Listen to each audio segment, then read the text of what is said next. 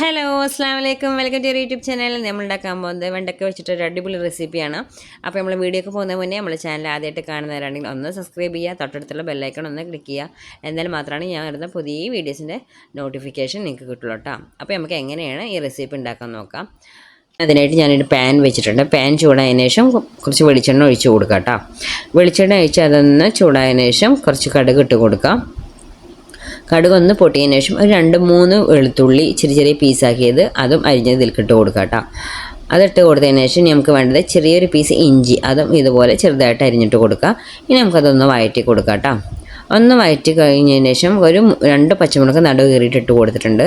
ഇനി അത് കൂടാതെ 2-3 ഉണക്കമുളകും ഞാൻ ഇട്ട് കൊടുത്തിട്ടുണ്ട് കേട്ടോ. അതും ഇതേപോലെ ഇളക്കി കൊടുക്കുക.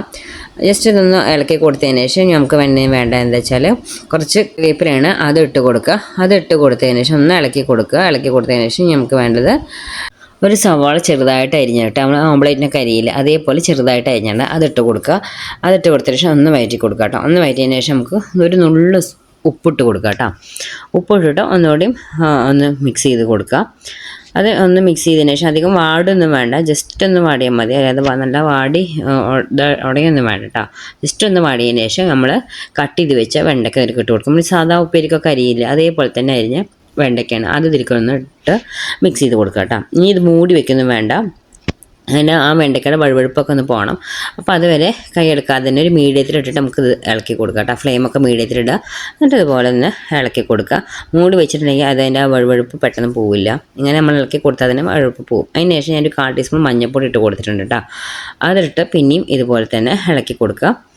നമ്മളിങ്ങനെ ഇളക്കി ഇങ്ങനെ കുറച്ച് എണ്ണ ഒഴിക്കുമ്പോൾ നമ്മൾ കുറച്ച് കൂടുതൽ എണ്ണ ഒഴിക്കണം. കൈ എടുക്കാതെ ഞങ്ങൾ ഇളക്കി കൊടുത്താൽ തന്നെ അതിൻ്റെ ആ വഴുവഴുപ്പൊക്കെ പെട്ടെന്ന് മാറിക്കിട്ടും. മൂടി വെച്ച് അതിൻ്റെ വഴുവഴുപ്പ് പെട്ടെന്ന് പോവില്ല. അപ്പോൾ നമ്മൾ വെണ്ടയ്ക്ക ചെറുതായിട്ടൊക്കെ ഒന്ന് വാടി വന്നിട്ടുണ്ട്. അതിന് ശേഷം ഞാൻ കുറച്ച് തേങ്ങയാണ് എടുത്തിരിക്കുന്നത്. ഒരു തേങ്ങ നമുക്കുള്ള ഇഷ്ടത്തിന് എത്ര വെണ്ടയ്ക്കണ്ട അതിനനുസരിച്ച് ഇട്ട് കൊടുക്കുക കേട്ടോ.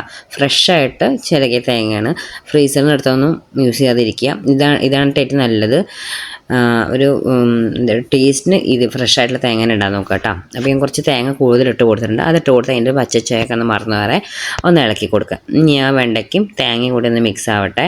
അപ്പോൾ ആ തേങ്ങയുടെ പച്ച ടേസ്റ്റൊക്കെ പോകുന്ന വരെ ഒന്ന് ജസ്റ്റ് ഇളക്കി കൊടുക്കുക കേട്ടോ. ഇപ്പോൾ വെണ്ടയ്ക്കയുടെ ഒരു വഴുവഴുപ്പും ഇല്ല കേട്ടോ, ഒക്കെ ഒറ്റയായിട്ട് തന്നെ കിടക്കുന്നുണ്ട്. ഇനി ആ തേങ്ങയും വെണ്ടയ്ക്കും കൂടി ഒന്ന് സെറ്റാവുന്ന വരെ ഒന്ന് ഇളക്കി കൊടുക്കുക കേട്ടോ. ഞാൻ മീഡിയത്തിൽ ഞാൻ ഫ്ലെയിം ഇട്ടിരിക്കുന്നത്, കൂട്ടി കൊടുക്കണ്ട, ഒന്ന് ഇളക്കി കൊടുത്ത് നിൽക്കുക. അതിന് ശേഷം നമുക്ക് ഈ വെണ്ടയ്ക്കും ഇപ്പോൾ ഒന്ന് സെറ്റായിട്ടുണ്ട്. അതിന് ശേഷം ഇതൊന്ന് അങ്ങനെ സൈഡിലേക്ക് മാറ്റി കൊടുക്കുക കേട്ടോ. ഈ വെണ്ടയ്ക്കും തേങ്ങ ഒരു സൈഡിലേക്ക് മാറ്റി കൊടുത്തിട്ട് നമ്മൾ ഒരു എഗ്ഗ് ഇതിലേക്ക് പൊട്ടിച്ച് ഒഴിച്ചു കൊടുക്കുന്നുണ്ട്. ഒന്ന് മിക്സ് ആക്കിയതിന് ശേഷം ഒഴിച്ച് കൊടുക്കുന്നത് കേട്ടോ. അത് ഒഴിച്ച് കൊടുത്തതിന് ശേഷം ഒരു നുള്ള കുരുമുളക് പൊടി ഇട്ട് കൊടുക്കുക. ആ എഗ്ഗിൽ പിടിക്കാൻ വേണ്ടിയിട്ടാണ് കേട്ടോ. ഒരു നുള്ള ഉപ്പും നമ്മൾ ഉള്ളി വാട്ടുമ്പോൾ ഉപ്പിട്ട് കൊടുത്താണ്. വെണ്ടയ്ക്കയിലൊക്കെ ഉപ്പിട്ട് കൊടുത്ത് കുറച്ച് നോക്കിയിട്ടുണ്ടെങ്കിൽ അല്ലെങ്കിൽ അത് വെന്ത് കഴിഞ്ഞിട്ടുണ്ടെങ്കിൽ ഉപ്പ് കൂടാൻ ചാൻസ് ഉണ്ട്. അപ്പോൾ നമ്മൾ ഈ എഗ്ഗിൽ പിടിക്കാനൊക്കെ വേണ്ടിയിട്ട് നുള്ള ഉപ്പിട്ട് കൊടുക്കുക. ഒരുപാട് ഇട്ട് കൊടുക്കണ്ട, അപ്പോൾ ഉപ്പ് ടേസ്റ്റ് കൂടി പോവും. അപ്പോൾ ഒന്ന് ഉപ്പിട്ടതിന് ശേഷം ഇതുപോലെ ഒന്ന് നമുക്ക് അത് ചിക്കി എടുക്കാം കേട്ടോ. അത് നമ്മൾ ഓംലേറ്റൊക്കെ ഉണ്ടാക്കില്ലേ ചിക്കിയിട്ട്, അതുപോലെ ഇതുപോലെ ആക്കിയെടുക്കുക.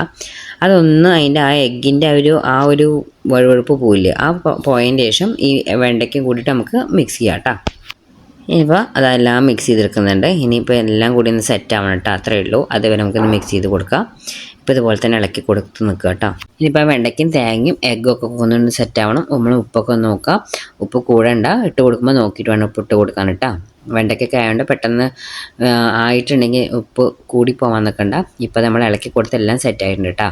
അപ്പോൾ നമ്മളിവിടെ കിടിലൻ വെണ്ടക്ക മുട്ടത്തോരന് റെഡി ആയിട്ടുണ്ട് കേട്ടോ. നല്ല ടേസ്റ്റാണ്. പെട്ടെന്ന് തന്നെ നമുക്ക് ഉണ്ടാക്കാൻ പറ്റുന്ന റെസിപ്പിയാണ് കേട്ടോ. വെണ്ടക്കൊക്കെ പെട്ടെന്ന് ആവുമല്ലോ. അപ്പോൾ അതിൻ്റെ കൂടെ നമ്മൾ വെണ്ടക്ക തോരനും മെഴുക്കുപുരട്ടിയൊക്കെ എല്ലാം ഉണ്ടാക്കുന്നതല്ല. അപ്പോൾ അതിൻ്റെ കൂടെ ഇതേപോലെ ഒരു ദിവസമൊക്കെ ഉണ്ടാക്കുമ്പോൾ എഗ്ഗൊക്കെ ഉണ്ടാക്കി നോക്കുക. അപ്പോൾ അതിന് ടേസ്റ്റൊക്കെ അറിയാം എങ്ങനെ ഉണ്ട് എന്താണൊക്കെ. ഉണ്ടാക്കി നോക്കുന്നവരുണ്ടാവാം, അപ്പോൾ അവർക്ക് അറിയാൻ ടേസ്റ്റ് കേട്ടോ. ഉണ്ടാക്കി നോക്കാത്തവരൊന്ന് ട്രൈ ചെയ്ത് നോക്കുക. ചോറിൻ്റെ ഒക്കെ ഇപ്പോൾ കഴിക്കാൻ നല്ല രസമാണ് കേട്ടോ കഴിക്കാൻ. അപ്പോൾ ഇത്രയും നമ്മുടെ വീഡിയോ ഇഷ്ടമായിട്ടുണ്ടെങ്കിൽ ലൈക്ക് ചെയ്യാനും ഷെയർ ചെയ്യാനും കമൻറ്റ് ചെയ്യാനും സബ്സ്ക്രൈബ് ചെയ്യാനും മറക്കരുത്. Okay, bye bye, thank you.